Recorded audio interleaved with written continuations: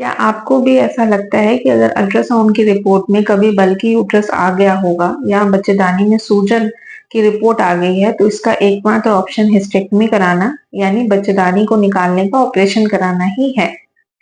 तो अगर आपको ऐसा नहीं लगता है तो बिल्कुल सही लगता है क्योंकि आप बहुत समझदार हैं।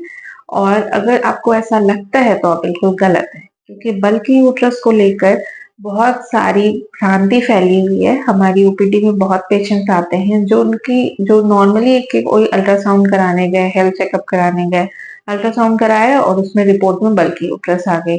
अब वो जब तक डॉक्टर से नहीं मिल रहे तब तक पूरे परेशान है कि बल्कि यूट्रस आ गया, इसमें तो कुछ कैंसर वैंसर की संभावना भी हो सकती है। आके डॉक्टर को बोला मैडम इसके लिए तो हमें बताया गया है, गांव में ये चीज बात फैली हुई है कि अल्ट्रासाउंड में अगर बल्कि यूट्रस आता है यानी कि आगे जाके कैंसर में फैल सकता है, इसीलिए अगर आपके बच्चे हो चुके हैं, कंप्लीट हो गई है आपकी फैमिली, तो आप इसको निकलवा ही लो और ऑपरेशन करा लो। तो ऐसा बिल्कुल भी नहीं सोचना है, बिल्कुल भी ऑपरेशन कराने के लिए नहीं तुरंत भाग जाना है। क्यों? क्योंकि बल्कि यूट्रस जो रिपोर्ट आती है अल्ट्रासाउंड में उसके बहुत सारे कारण होते हैं। बहुत सारी चीजों की वजह से बच्चेदानी में सूजन आती है। तो आज हम जानेंगे कि क्या-क्या कारण होते हैं बल्कि यूट्रस के, क्यों बच्चेदानी में सूजन आती है। तो हमारी जो बच्चेदानी होती है, यूट्रस होती है, उसके नॉर्मल साइज अगर इनिशियली देखें प्रेगनेंसी के पहले जो साइज होती है 6 साढ़े 6 सेंटीमीटर की होती है। जब वो प्रेगनेंसी के बाद नॉर्मल शेप में आती है, क्योंकि 9 महीने पूरा स्ट्रेच रहती है, आपके 1 बच्चे हुए, 2 बच्चे हुए, तो नॉर्मल जब साइज में आती है तो बिल्कुल 6 साढ़े 6 सेंटीमीटर तक नहीं आ सकती है। फिर वो जब छोटी होती है तो थोड़ी-सी बड़ी रहती है, यानी 8 सेंटीमीटर तक हो सकती है। किसी-किसी के 2-3 बच्चे हो गए हैं, 3 बच्चे से ज़्यादा हो गए हैं तो 9-10 सेंटीमीटर तक भी हो सकती है। बट जो रिपोर्टिंग होती है रेडियोलॉजिस्ट की वो तो 8 सेंटीमीटर के ऊपर उसको बल्कि कह देते हैं। तो उनकी रिपोर्टिंग होती है। तो वो नॉर्मल भी हो सकता है। तो सबसे इम्पोर्टेंट कॉज़ तो मोस्ट कॉमन जो होता है कि प्रेगनेंसी के बाद, मल्टीपल प्रेगनेंसी के बाद जो नॉर्मल साइज़ ऑफ यूट्रस होता है, वो थोड़ा इंक्रीज़ हो जाता है और वो बल्कि कहलाता है। तो अगर 9-10 सेंटीमीटर तक आ रही है और अल्ट्रासाउंड की रिपोर्ट में या फिर आपकी कोई सिम्पटम्स नहीं है मेंसेस से रिलेटेड, जैसे कि मेंसेस के सिम्पटम्स होते हैं कि बहुत तेज ब्लड ब्लीडिंग हो रही है, ज़्यादा ब्लीडिंग चल रही है, बहुत जल्दी-जल्दी ब्लीडिंग आ रही है, महीने में 2-3 बार आ गई है या 2 महीने के बीच में भी ब्लीडिंग स्टार्ट हो गई है, बहुत ज़्यादा देर से ब्लीडिंग आ रही है या फिर बहुत कम हो गई है ब्लीडिंग, बहुत ज़्यादा पेन होता है मेंसेस के साथ या फिर पैरों में बहुत दर्द रहता है, पेट के निचले हिस्से में बहुत दर्द होता है, बैक में बहुत दर्द होता है। तो ये जो सारे सिम्पटम्स होते हैं बल्कि यूट्रस के साथ-साथ तब हम लोग डायग्नोज़ करते हैं कि क्या प्रॉब्लम और हो सकता है और उसके अकॉर्डिंगली मल्टीपल ट्रीटमेंट मोडालिटीज़ होते हैं, यानी बहुत सारे ट्रीटमेंट्स कर सकते हैं। सिर्फ हिस्टेक्टमी ही एक ऑप्शन नहीं होता कि ये आ गया अब तो बच्चेदानी ही निकाल दो। तो बल्कि यूट्रस के पहले कारण मैंने बताया कि मल्टीपल प्रेगनेंसीज के बाद जो साइज होता है नॉर्मली वो यूट्रस का थोड़ा बड़ा होता है।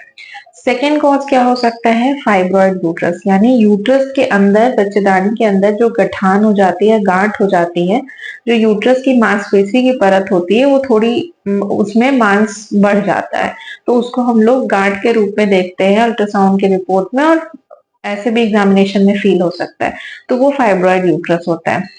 उसमें भी फाइब्रॉइड यूट्रस अगर है, उसमें छोटे-छोटे फाइब्रॉइड्स हैं, जिसकी वजह से आपको कोई प्रॉब्लम नहीं हो रही है, मेंसेस में कोई दिक्कत नहीं हो रही है, आपके बच्चे हो चुके हैं, बच्चे होने में कोई प्रॉब्लम नहीं हो रही है और मेंसेस के कोई सिम्पटम्स नहीं है, बिल्कुल नॉर्मल एसिम्प्टोमेटिक, यानी कोई भी प्रॉब्लम नहीं है आपको, सिर्फ आपके अल्ट्रासाउंड के रिपोर्ट में बल्कि यूट्रस आ गया और छोटे-छोटे फाइब्रॉइड्स आ गए, तो उसके लिए कोई ट्रीटमेंट कराने की जरूरत नहीं है, क्योंकि वो जो गांठ होती है वो नॉन कैंसरस होती है, यानी उससे कैंसर नहीं होगा। तो उसके लिए इतना परेशान होने की जरूरत नहीं है। अगर आप परेशान हो रहे हैं तो आप फॉलो अप में रह सकते हैं, दोबारा अल्ट्रासाउंड 1 साल में करवा सकते हैं। थर्ड इम्पोर्टेंट कॉज क्या होता है? एडिनोमायोसिस। एडिनोमायोसिस होता है जो कि बहुत कॉमन हो गया आजकल। यूट्रस के अंदर की जो लाइनिंग होती है, जो अंदर की परत होती है, जो हर महीने शेड होती है, ब्लीडिंग होती है, तो उसको हम लोग इंडोमेट्रियम कहते हैं। इंडोमेट्रियम की जो ग्लैंड्स होते हैं, उनके जो छोटे-छोटे ग्लैंड्स होते हैं, वो अंदर घुस के मायोमेट्रियम यानी मसल्स वाले जो लेयर होते हैं, उसमें चले जाते हैं। और जब महीने में ब्लीड होता है, तो एंडोमेट्रियल लाइनिंग्स शेड होती है, यानी निकलती है।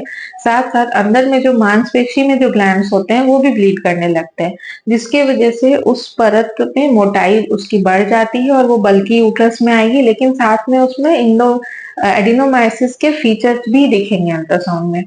उसमें भी अगर आपकी सिम्पटम्स हैं, यानी सिम्पटम्स है कि बहुत ज़्यादा पेन हो रहा है, पीरियड्स के टाइम बहुत पेन होता है, इंटरकोर्स के टाइम बहुत पेन होता है, या फिर वो बहुत हेवी लग रहा है, बीच-बीच में 2 महीने के बीच में ब्लीडिंग आ रही है, या ब्लीडिंग बहुत ज़्यादा हो रही है, कुछ भी ऐसा सिम्पटम्स से रिलेटेड है, या फर्टिलिटी इश्यू हो रही है, यानी बच्चे नहीं हो पा रहे हैं, तो उसके लिए भी अलग-अलग फिर ट्रीटमेंट्स हैं। और उसके लिए भी मेडिकेशंस भी होते हैं। अगर आपकी फैमिली कंप्लीट हो गई है, 40 साल से ऊपर हो गए हो, बहुत ज़्यादा प्रॉब्लम हो रही है सब चीज़ को लेके, देन हिस्टेक्टमी इज़ ऑप्शन, बच्चेदानी निकाल सकते हैं।